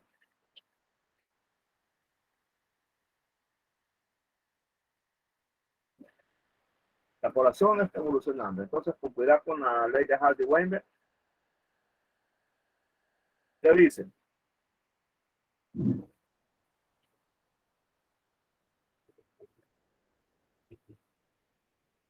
Sabemos que la evolución es un cambio en las frecuencias alélicas de una población a lo largo del tiempo. Por lo que una población que no evoluciona está en equilibrio de Hardy-Weinberg. Entonces la respuesta es sí, en este caso. Una población que no evoluciona cumple con la ley de Hardy-Weinberg. Respuesta correcta, afirmativa, así es. En una población en estado de equilibrio de Hardy-Weinberg se cumple lo siguiente. La frecuencia de alelos o las versiones de los genes y los genotipos, el conjunto de alelos, van a permanecer iguales generación tras generación. Nada va a cambiar allí. Siempre lo mismo. Los hijos van a ser siempre los mismos, igualitos, igualitos, igualitos, todo el tiempo. No hay evolución. Pero la verdad es que eso casi no se da. Porque las poblaciones tienden a evolucionar. Y generalmente no están en equilibrio de Hardy-Weinberg. Entonces, las frecuencias alélicas, cuanto menos de algunos de sus genes, siempre van a estar cambiando de una generación a la siguiente. Entonces, la pregunta es, ¿pero qué hace que las poblaciones evolucionen? Todas las poblaciones siempre están evolucionando, poquito, pero siempre lo están. Son 5 las condiciones que hacen que una población pueda estar en equilibrio, es decir, que no tenga evolución, según Hardy-Weinberg. Entonces, si cualquiera de estas 5 se viola, entonces la población entra en evolución. Veamos el primer caso. Debe de ser una población reproductiva grande. Segundo, los apareamientos deben ser al azar. Tercero, no tiene que haber ningún cambio en la frecuencia alélica debido a la flotación. Cuarto, no tiene que haber ninguna inmigración o emigración. Y quinto, no tiene que haber ninguna selección natural. Entonces, estas son las 5 condiciones para que una población no evolucione. Entonces nos podríamos preguntar, ¿y cómo funciona cada factor para mantener el equilibrio genético? ¿Cómo funciona cada factor de estas para mantener el equilibrio genético? Y cómo una condición opuesta puede traer un cambio en el pool oposangénico. Quiere decir que una condición opuesta a esta, por ejemplo, dice que para que no evolucione la población debe ser grande, pero una población pequeña sí puede hacer un cambio. Dice que los apareamientos deben ser al azar, pero si no son al azar, entonces también puede tener un cambio. ¿Cómo es eso? ¿Por qué? Eso es lo que vamos a estudiar en este momento. Entonces vamos a ir analizando caso por caso. Vamos a pasar por el primero. Para que una población se mantenga en equilibrio, es decir, que no evolucione, tiene que existir una gran población reproductiva. Veamos entonces qué sucede en una población pequeña. En una población pequeña, obviamente, hay poquitos alelos. Y entonces, si por alguna razón los organismos con esos alelos ya no se reproducen exitosamente, entonces la frecuencia alélica va a cambiar. Y esto sucede en la deriva genética, también conocida como cuello de botella. ¿Qué es la deriva génica? La deriva génica es un mecanismo de la evolución en el cual las frecuencias alélicas de una población cambian a lo largo de varias generaciones. Y eso sucede por cuestiones del azar, de error de muestreo. Básicamente la deriva génica es un cambio debido a un error de muestreo en la selección de los alelos para la siguiente generación. Obviamente eso a partir del conjunto de genes de la generación actual. Durante la deriva génica, normalmente se da una pérdida de los alelos, pero de los que son menos frecuentes. Y entonces ello conduce a una fijación. Es decir, hay genes que quedan fijos, que se aproximan al 100% de aquellos genes que son más frecuentes. Entonces, eso da como resultado una disminución en la diversidad genética de la población. Veamos este caso de estos conejos para que lo comprendamos. Usted está viendo acá, por ejemplo, la primera generación. Entonces tenemos gen B dominante y gen B recesivo. Para cada uno de ellos hay una frecuencia de 0.5, es decir, la mitad de uno y la mitad del otro. Entonces se reproducen estos 5 conejos. Usted nota, en estos 5 conejos tenemos 2 homocigotos dominantes y los demás son híbridos. Este es híbrido, este es híbrido y este es híbrido. Y aquí están los demás conejos que existen. Se reproducen y entonces en la segunda generación ya no vamos a tener solamente 2 homocigotos dominantes, ahora ya tenemos 4. Y ya solamente tenemos, y nos aparece, mejor dicho, blanco. Y acá tenemos todos estos que son de color café, segunda generación. Tenemos 2, 4, 5, 6, 7, 8, 9 de estos y tenemos solo un blanco. Y ahora veamos que de estos solamente se van a reproducir estos dos conejos. Los demás no se van a reproducir. Solamente se van a reproducir estos. ¿Qué sucede? Al reproducirse solo ellos, todos los ya desaparecieron los conejos blancos. Ya no hay ni siquiera un gen recesivo en la tercera generación. O sea, aquí sí ya hubo lo que se conoce como cuello de botella. ¿Por qué? Porque se perdió este gen recesivo, dejó de existir, desapareció y ya no hay vuelta atrás. Nunca más volverá a esta población. Este gen se fue, se fue. Eso es la deriva génica. Así que porque no habían comprendido que eso deriva génica en ese ejercicio, lo vamos a explicar de nuevo. Estamos con el punto 1 y se refiere a una gran población reproductiva. Nos está diciendo que para que no exista evolución, la población tiene que ser grande. Entonces, ¿por qué? Porque en una población pequeña hay pocos alelos y entonces esos pocos alelos, si no se reproducen, entonces la frecuencia alélica va a cambiar. Ahí lo vimos con el caso de esos conejos. Como los blancos ya no se reprodujeron, entonces ya el gen para los blancos fue desapareciendo. Y eso conduce a lo que se conoce como deriva genética o cuello de botella. ¿Qué es la deriva genética? Bueno, se trata de un mecanismo de la evolución en el que las frecuencias alélicas de una población cambian a lo largo de varias generaciones. Y eso sucede debido al azar. Por ejemplo, el azar hizo que un conejo no agarrara una coneja blanca, no que agarrara un conejo café, no agarrara una blanca, sino que agarrara otro café. Entonces fue cuestión del azar, por cualquier ejemplo. La deriva génica se trata de un cambio debido a un error de muestreo en la selección de los alelos para la siguiente generación, a partir del conjunto de genes de la generación actual. Durante el proceso de la deriva génica, normalmente se da una pérdida de los alelos menos frecuentes. Si te fijabas, en el caso de los conejos, los alelos menos frecuentes eran los de conejo blanco. Y entonces ellos condujo a una fijación. Es decir, fijación es que llegó un momento en el que desaparecieron completamente los alelos menos frecuentes y quedaron solo los más abundantes, los más conocidos, los más frecuentes. Y entonces, al final, eso conduce a una disminución en la diversidad.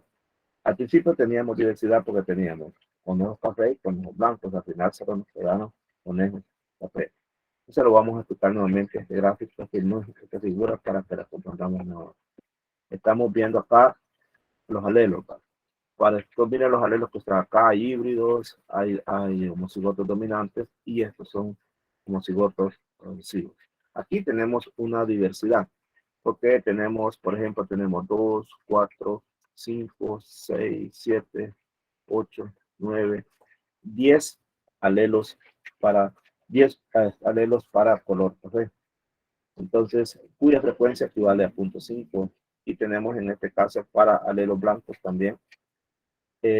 Tenemos 2, 4, 5, 6, 7, 8, 9, 10. 10 genes para color blanco, que equivale al 0.5. Ahora, solamente 2 son blancos porque solo en estos están juntos, pero aquí los tenemos regados. Mire que es de minúscula, aquí también, aquí también. Entonces, esos genes están en toda la población, están mitad y mitad. Ahorita solamente tenemos 2 blancos y los demás son café, pero no todos son puros. Puros solamente 1, 2 y los demás son híbridos. Pero se van a reproducir, de todos estos se van a reproducir 5 conejos. De estos 10 se van a reproducir 5, se van a reproducir 1, 2, 3, 4, 5. Estos 5 se van a reproducir. Y tuvimos esta otra generación. Pero ahora de esta otra generación solo nos apareció un blanco. Y nos aparecieron ya menos genes para blanco. 2, 3, 4, 5, 6. 6 para blanco.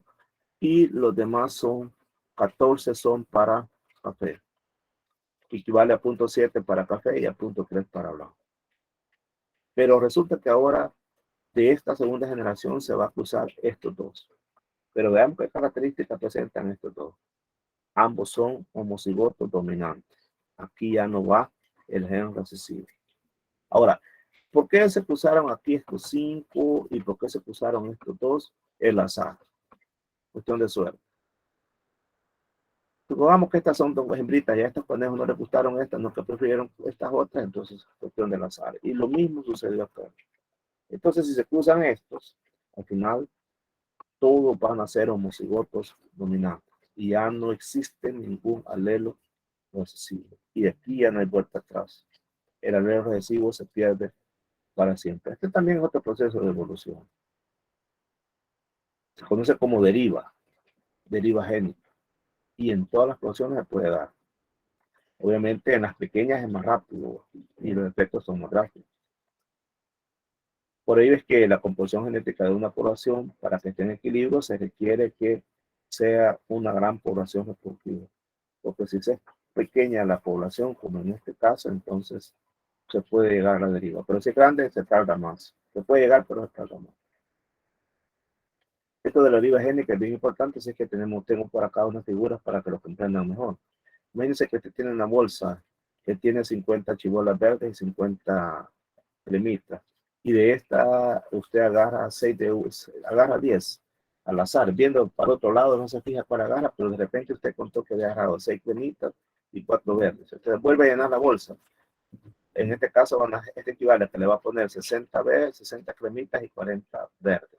Y nuevamente se va a cerrar, se va a tapar los ojos, le van a tapar los ojos, va a meter la mano y va a sacar las chibolitas. En esta vez va a sacar 7 cremitas y 3 verdes.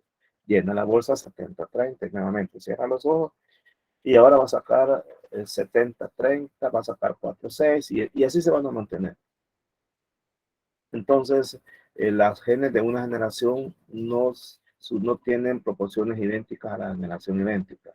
Esto es la evolución. Esto se está dando en términos normales. A veces, por ejemplo, aquí hay más cremita, menos verdes, más cremita, menos verde, menos cremita, más verde, y así va a estar. A veces más uno, menos del otro, así está. Esto es en términos evolutivos.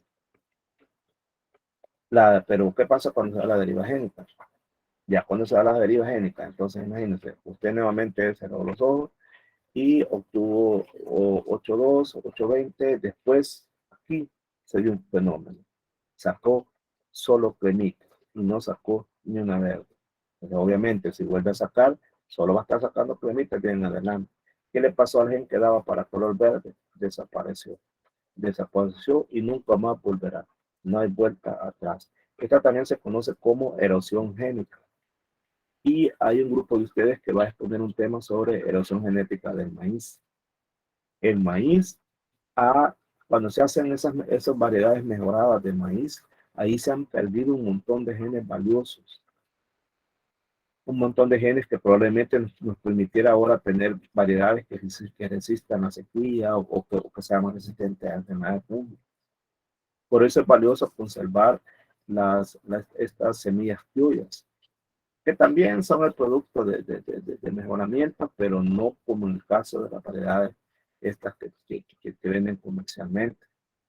Ese tema de erosión génica del maíz, pensemos en los que están haciendo ese trabajo de erosión génica del maíz, sería bueno que le pusieran atención a esta deriva génica, porque les va a servir para explicarlo bien cuando les toque exponer.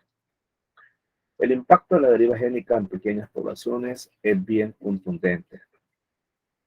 Imaginémonos esto de la bolsa con solo 20 canicas o chibolas, ¿vale? Y que solo puedes sacar 4 que representan las frecuencias. Y entonces, si eso es así, podríamos tener lo siguiente. Imagínate aquí, por ejemplo, sacaste una cremita, 3 verdes, y aquí sacaste 0 cremitas y 4 verdes. Al final, ya no sacaste cremitas, solo verdes. Entonces, estas cremitas desaparecieron para siempre. Ahí desaparecen los genes. Y esto en una población pequeña es mucho más rápido que en una población grande. En El Salvador tenemos ciertas especies silvestres. Bueno, en poco acaban de decir que hay pumas, ¿verdad? No sé si se dieron cuenta. Este es un tigrillo que vive todavía en el imposible. Este es el tepechuitle y este es el peizope. De estos hay poquitos ejemplares. Entonces, como son poquitos ejemplares, significa que su población es pequeña.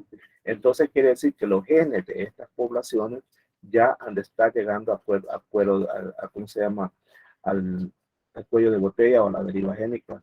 Entonces, quiere decir que estas poblaciones se pueden llegar a extinguir más fácilmente porque probablemente sus genes valiosos están siendo perdidos, ya no existen. Y entonces probablemente tengan ahora que no tienen aquellos genes que les pudieran adaptarse mejor a las condiciones adversas del medio ambiente, y eso conduce más fácil a su extinción. En ese sentido, la deriva génica puede causar un montón de pérdidas en la variabilidad genética de las poblaciones pequeñas. Cuando eso sucede y se reduce tanto, al menos en una generación, se produce lo que se conoce como cuello de botella poblacional. ¿Y en qué consiste este cuello de botella? En que una población sufre una reducción drástica de su tamaño, dando esto lugar a una población con alta probabilidad de sufrir una deriva génica. Ponemos el caso, por ejemplo, una botella con un montón de chibolas de color amarillo y azul, y vos la agitas y de repente al agitarla, aquí te aparecen más que todo azules. Entonces estos azules empiezan a reproducirse y llenas el vaso y después lo pasas a una botella y vas a ver que ya aquí, si vos ves, ambos colores predominaban, pero aquí lo que te predomina más es el azul. Ya llegaste a un cuello de botella que después te va a conducir a una deriva génica, en donde ya en la deriva génica el amarillo va a desaparecer totalmente, solamente te va a quedar el azul. Este es nuevamente el ejemplo que hayamos venido explicando. ¿Y qué pasa cuando eso sucede? Se reduce la variabilidad genética. ¿Y esto qué significa? Que la población ya no va a ser capaz de adaptarse a nuevas presiones de selección, por ejemplo, a cambios climáticos o a la proporción de recursos disponibles. ¿Por qué razón? Porque la variabilidad genética sobre la que la selección actúa se ha perdido por la deriva. Y aquí vamos a mencionar un ejemplo de cuello de botella. Este animal que ustedes están viendo acá es un elefante marino, así le llaman. Elefantes marinos del norte, están allá en el Polo Norte, en toda esa zona donde hay el Polo Norte de la Tierra, no sé si habrán en Finlandia probablemente. Entonces, estos tienen poca variabilidad genética y es posible por un cuello de botella que se dio en el año de 1890 con estos animalitos. ¿Por qué? Porque el hombre los cazaba y solamente quedaron 20 individuos al final del siglo XIX. Se los acabaron a todos prácticamente, solo quedaron 20. Entonces, su población con el tiempo los dejaron en paz y ahora hay aproximadamente 30.000 de estos animalitos. Pero resulta que sus genes todavía llevan las señales del cuello de botella. ¿Por qué? porque si los comparamos con la población de estos mismos animalitos que viven al sur, es decir, en el polo sur, resulta que la variabilidad genética de estos es muy poca si la comparamos con la variabilidad genética de los que viven en el sur. Eso pues significa que estos animalitos perdieron ciertos genes para siempre. Ya nunca los van a volver a recuperar. Sus hermanos que están en el sur sí todavía los conservan, porque en esto se dio un cuello de botella que condujo a una deriva genética. Hay otro caso muy importante, muy interesante, es el caso del efecto fundador. Y sucede cuando se inicia una nueva colonia y son pocos los individuos que llegan a establecerla. Entonces, como el tamaño de la población es pequeña, significa que la colonia puede suceder lo siguiente, que con el paso de los tiempos, con las nuevas generaciones puedan tener menos variabilidad genética que la población original. Y además, puede ser que suceda mostrar una frecuencia que no sea al azar de genes con respecto a la población original. Ahí lo tenemos, por ejemplo, en Sudáfrica. Sudáfrica es un país que está, como su nombre lo dice, al sur de África y está compuesto por dos grandes componentes, unos de piel negra y otros de piel blanca. No digo razas porque las razas no existen. Las razas es un concepto que se han inventado los imperios para tenerte sometido, pero las razas en los humanos no existen. Lo que hay es diferentes cambios de colores de piel. Pero resulta que estos europeos son belgas de Dinamarca, de Alemania, llegaron y se establecieron en Sudáfrica.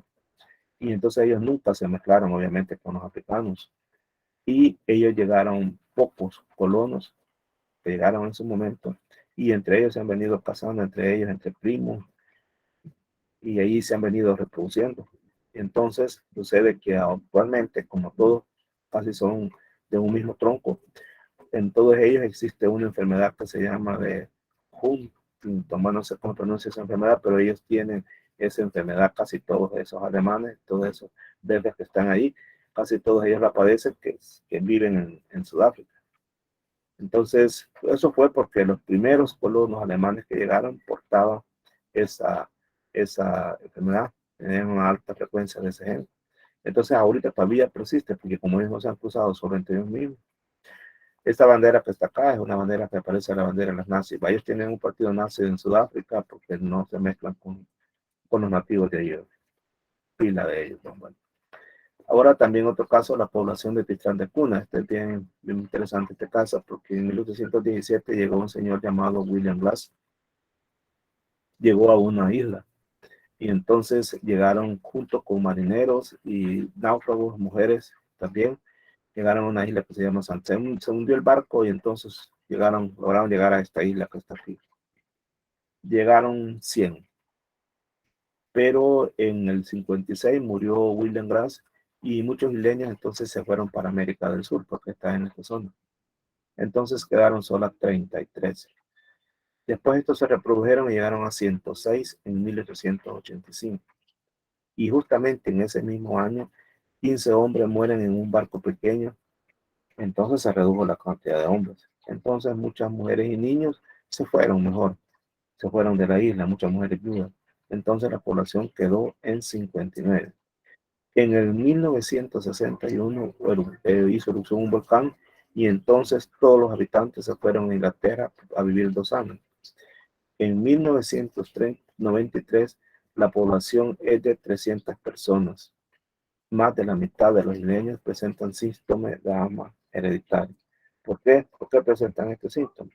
Porque vienen de una población pequeña y en esta población pequeña había una alta frecuencia de esos genes que producen el asma hereditaria. Entonces, los actuales residentes en esta isla, más de la mitad, tienen esa asma hereditaria. Miren, desde 1817 y más de la mitad todavía permanece, mejor dicho, padece de esa enfermedad. ¿Por qué? Porque llegó una población pequeña a establecerse aquí y de esa población pequeña muchos llevaban alelos de esa enfermedad. Entonces ese gen ahí se mantiene todavía. Bueno, el otro punto es el entrecruzamiento al azar. En una población en equilibrio, el apareamiento siempre debería ser aleatorio. Aquí tenemos el caso de los pólipos que están en el mar de los corales, que aquí están lanzando ellos sus estructuras sexuales, se juntan en el agua al azar y producen estos famosos corales como bien bonitos. Entonces ellos lo hacen aleatorio. Pero en el apareamiento no azar, entonces los individuos tienden a escoger compañeros. igual que sucede en los humanos. Aunque esto no altera la frecuencia alélica, da como resultado menos individuos heterocigotos. Y entonces eso también contribuye a desequilibrar porque produce menos individuos heterocigotos. Y tenemos el caso también de los de sangre azul, que esto es lo contrario. En los casos de las grandes reinados de Europa, bueno, y no, también de Asia y todos ellos, pues, se casan entre ellos mismos para conservar su poder. El problema es que cuando se casan entre ellos mismos también transmiten sus mismas enfermedades. Entonces, por ejemplo, una enfermedad que más abunda en la realeza europea se llama hemofilia y le dicen sangre azul porque se ponen de color azul. Los problemas con la sangre se ponen ellos de color azul con problemas de respiración y todo eso, entonces por eso les dice que tienen sangre azul. Una enfermedad que casi todos los de la realeza europea la tienen porque se han casado entre ellos mismos. Eso quiere decir que la unidad reproductiva aquí es bastante pequeña. Bueno, el otro punto es que no existe ningún cambio en la frecuencia alélica debido a la mutación. Si se da una mutación, eso va a cambiar el balance de los alelos. Las mutaciones podrán estar ocultas en poblaciones grandes, pero en las pequeñas se pueden mostrar más rápido. Recuerden el concepto de población ocurren en el orden de 1 por 10 a la menos 5, 1 por 10 a la menos 6. Aquí tenemos, por ejemplo, unas mariposas que no han sufrido mutación. Entonces, la composición del pool génico permanece constante. Pero aquí sí ya hubo mutación y aparece una mariposita con otro color. Entonces, cambió el pool génico. Entonces, las frecuencias alélicas cambian. Entonces, ya estamos hablando de evolución. Son las 3:02, pero ya vamos a terminar. Denme un par de minutos. Y el número 4, no debe haber ninguna emigración o inmigración. En este caso, para que la frecuencia de los alelos permanezca constante, no debe de haber ni entrar ni salir ningún alelo de la comunidad. Entonces, significa que la inmigración como la inmigración pueden alterar la frecuencia de los alelos. Aquí estamos viendo dos casos de pinos. Estos pinos están aislados, se mantienen idénticos. Pero, ¿qué pasa si hay unos pinos que están cerca de otra población de pinos de otro color de hoja? Y este polen llega para acá. Entonces, aquí ya le va a cambiar. Ya le va a cambiar y aquí entonces están apareciendo ya pinitos verdecitos, porque aquí ya hubo una migración de genes, ya hubo evolución. No debe existir ninguna selección natural. En una producción en equilibrio, ningún alelo debe ser seleccionado sobre otro alelo. Pero si la selección ocurre, esos alelos que son seleccionados llegan a ser más comunes. Por ejemplo, veamos la resistencia a un herbicida. Aquí está un herbicida sin selección. Existen hierbas resistentes al herbicida y existen hierbas que sí son sensibles al herbicida. Este es un medio donde nos aplica el herbicida. Pero ¿qué sucede cuando aplicas herbicida? Aquí las hierbas que son sensitivas mueren al herbicida y sus genes hasta ahí nomás llegan, ya no trascienden, pero quedan nada más sobreviviendo las hierbas con resistencia al herbicida. Después, aunque le estés echando y le estés echando, el herbicida ya no las mata. ¿Por qué? Vos hiciste un proceso de selección natural. Cuando eliminaste a las hierbas sensibles al herbicida, eliminaste aquellos genes que eran sensibles, que podían haber tenido resistencia y ahora que eran sensibles y ahora solo quedan hierbas resistentes al herbicida. Y la naturaleza también hace eso. Por ejemplo, con las jirafas. Las jirafas, en un momento existieron jirafas pequeñas, todavía existen, nacen de vez en cuando, pero esas se mueren porque no alcanzan la comida, no están capacitadas para satisfacer sus necesidades. Por eso las jirafas son de cuello bien alto. Hubo un proceso de selección natural en el cual las chiquitas, pues, la naturaleza fue eliminando por eso. Bueno, ahora que hemos estudiado las 5 condiciones, nos hacemos la pregunta: ¿comprendes por qué? Cuando estas 5 se reúnen, las frecuencias de los alelos en la población son estables y la población está en equilibrio de Hardy-Weinberg. Toma en cuenta que si una o más de esas condiciones no se cumple, entonces las frecuencias alílicas cambian en las siguientes generaciones, por lo tanto la población evoluciona. Así que el concepto de equilibrio de Hardy-Weinberg nos suministra un punto de referencia que nos permite determinar si la población está evolucionando o no. Y el repaso después lo pueden ver ustedes si quieren, y hay un glosario. Y disculpen que me pasé unos minutos, pero teníamos que terminar esta clase. Si no hay preguntas, terminamos hasta acá. Pongan el nombre, por favor, a los que asistieron a clase.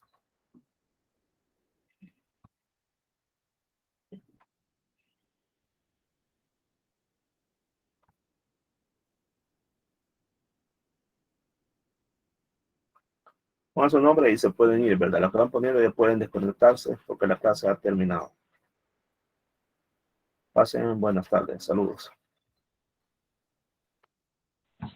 Feliz tarde, Lick. Bendiciones. Gracias igualmente. Bendiciones.